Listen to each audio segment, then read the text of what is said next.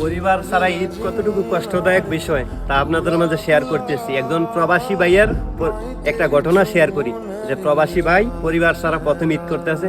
তার মাঝে একটা ভয়েস শোনাই আপনাদেরকে, অবশ্যই সম্পূর্ণ ভিডিওটা দেখা যাবেন। খুব কষ্ট লাগছে যখন নামাজ পড়া বাড়ি আমি কি করে পাইলাম না, বুঝে আমার চোখটা পানি বাড়িয়ে পড়ছে। বুঝে আমি আই আর আমার চোখে পানি পড়ে, জানো আমি কই কই কেউ দি নাই। আর বাংলাদেশে মনে করো কত মানুষ এনো যাবিনি ঘুরতে, এনো যাবিনি, আর আমি বুঝে নামাজটা বুঝতে পারিছি করে মনটা খারাপ হয়ে গেছে। দেখছেন মানে কি, পরিবার ছাড়া প্রথম ঈদ করতে আসে। প্রবাসীর কষ্ট প্রবাসী ছাড়া অন্য মানুষ কোনোদিন বুঝবো না। আমরা তো মনে করো মন পাথর হয়ে গেছে, পরিবার ছাড়া 6টা না 7টা ঈদ করতে আসি প্রবাসের মাটিতে। কিন্তু একটাবার চিন্তা করো যে ছেলে প্রথম বিদেশের মাটিতে ঈদ করতে আসে, তারা কতটুকু কষ্ট নিয়ে একটা ঈদ করতে আসে।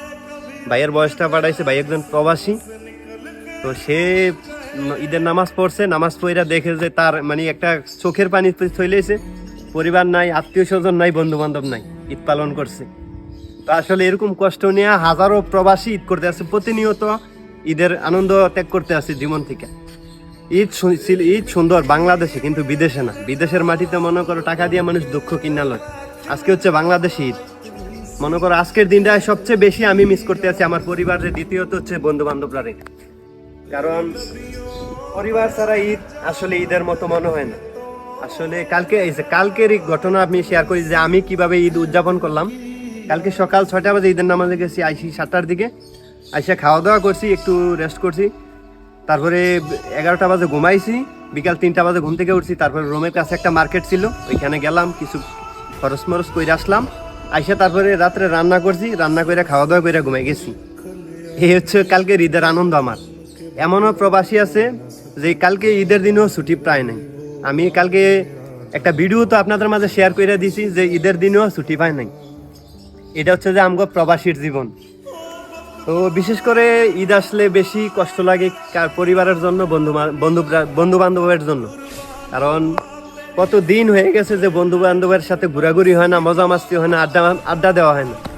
বাংলাদেশে থাকতে ঈদের সময় যখন ঈদের নামাজ পড়ে আসতাম, তো বন্ধুরা নিয়ে এদিকে ওইদিকে প্ল্যান করতাম ঘোরার জন্য, ঘোরাঘুরি করতাম, বিকালে চলে যাইতাম এদিক সেদিক ঘোরাঘুরি করার জন্য। আর আলহামদুলিল্লাহ এখন পকেটে টাকা আছে ঠিকই, কিন্তু সেই বন্ধু বান্ধব নাই বা ঘোরাঘুরি করার মতো কোনো আনন্দ নাই মনের মধ্যে। আমি বলছিলাম না যে প্রবাসের মাটিতে প্রত্যেকটা ছেলের জীবন থেকে সুখ শান্তি কেড়ে নিছে এই প্রবাস।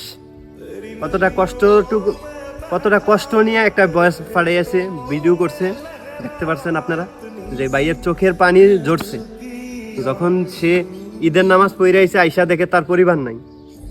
আসলে ঈদের সময় বেশি মিস করি বন্ধু বান্ধবের, পরিবারে। একটা কথা মনে রাখো যে জীবনে তুমি যেই কথা তুমি তোমার পরিবারের সাথে শেয়ার করতে পারবা না, সেই কথা তুমি তোমার বন্ধুরার লগে শেয়ার করতে পারবা। ঠিক আছে, বন্ধুর হচ্ছে এমন মানুষ, আত্মার লগে আত্মার সম্পর্ক হচ্ছে বন্ধুত্ব। আর এরকম কষ্ট নিয়ে প্রত্যেকটা প্রবাসীর ঈদের জীবন কাটে। শুধু আমি না, আমার মতো কত হাজার প্রবাসী। আসলে ঈদ আমঙ্গল লাগে না, ঈদ হয়েছে মনে করো ঈদ সবার জন্য, আর আনন্দ সবার জন্য। প্রবাসের মাটিতে সবাই কাজকর্ম ডিউটি নিয়ে ব্যস্ত। তো আজকে হচ্ছে ঈদের দ্বিতীয় দিন, আজকে ডিউটিতে যাই নাই, ইনশাল্লাহ আবার কালকে থেকে ডিউটি। মানে কি আজকে ডিউটি ছিল কিন্তু যাই নাই। তো ইনশাল্লাহ আবার কালকে থেকে আমগো ডিউটি শুরু হয়ে যাবো। এই হচ্ছে আমগো বিদেশের জীবন।